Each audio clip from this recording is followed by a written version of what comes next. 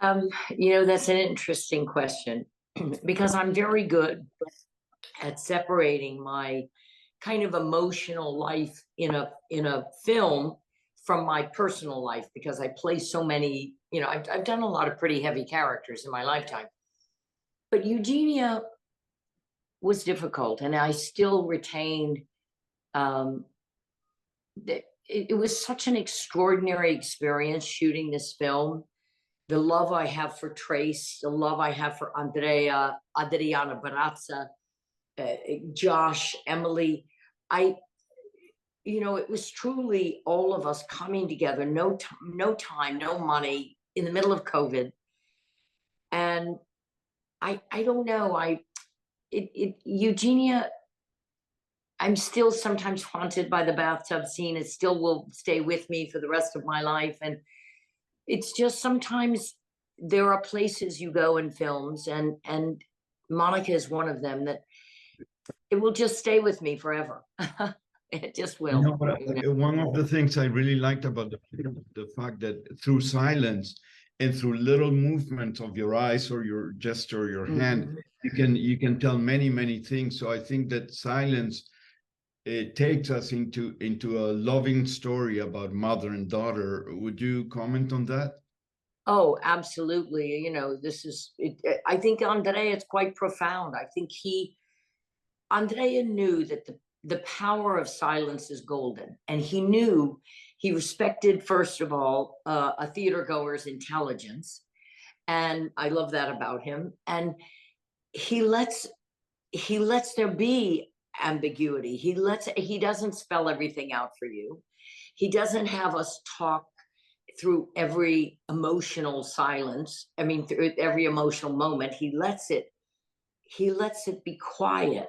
And in that quiet, I think, is the real truth and power of this film. I think it's a testament to Andrea's vision, and to also Trace's gift, and the fact that I really love her still. And the way I feel off camera is how I feel about her on camera.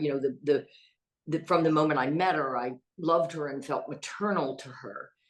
And so, it's so funny. My dearest best friend who saw the film at the New York premiere, the first thing he said to me is, he said, "Patty, sometimes I felt like you and Trace were silent screen stars from the 1930s, like from the 1920s. Like, we had to read so much in your eyes and in your face."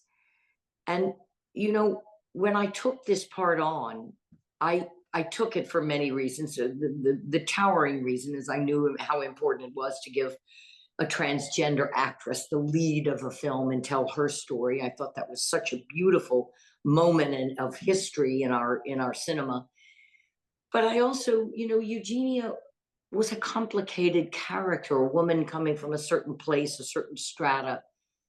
And I didn't have words, and I had a deteriorating body. And I'm a very physical woman and a very physical actress. I'm a very verbal person, a very verbal actress at times. And I had neither of those,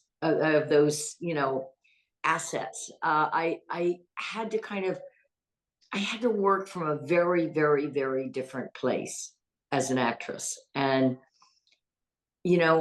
I'm so thankful to Andrea for trusting in me that I could take on this woman and with very few words, convey a woman who actually really goes through, I think, one of the most profound changes I've ever been able to play as an actor. Is that, a woman who in the 9th hour of her life understands what profound and understands what unconditional love is, and that your child is your child is your child.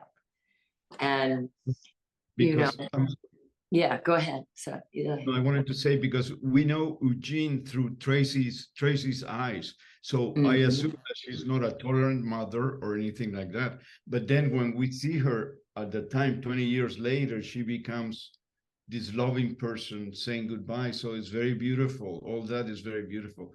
was it difficult for you to go back like, oh, I started as an intolerant mother in my Well, daughter's mind, and now I'm it's interesting. One critic I spoke to said, Patricia, from the moment I saw you, I felt you were a broken woman in this movie. And I am. I mean, I'm a woman, I think, who really loved her children, like was a very good mother, and lost a child in essence. I know, I kick her out of the house, but in the backstory, there was a lot to do with the father too. So, but that got edited out and whatever. I took the hit solely. But love you, Andrea. But the truth is I just was, I think I was a very good mother, but incapable of understanding what transgender and transitioning is. And I think the easier solution was to let it go. But for me, I think for Eugenia, ever since her child left, she's been a broken woman. I don't think she had the best of marriages. I think the last 20 years of her life, and then she got cancer, brain cancer, which is just brutal, just debilitating and brutal. And, that's why she stopped treatment. I think there was nothing for her to live for. And so when you see her, it's a woman who hasn't given up. It's just, she just has nothing. She has nothing left deeply in her life. She has these grandchildren.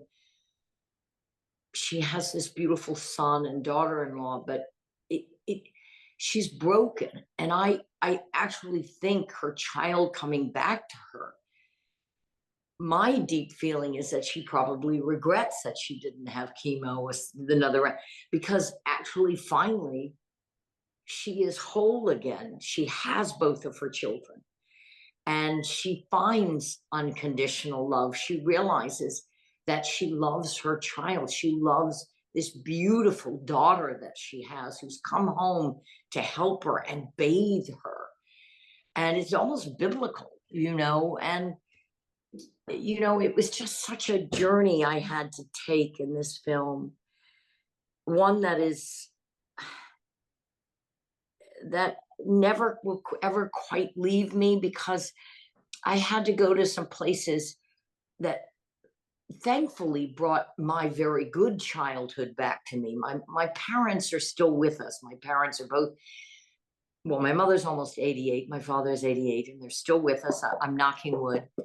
And every day of my life, my beautiful parents gave me unconditional love. They still do.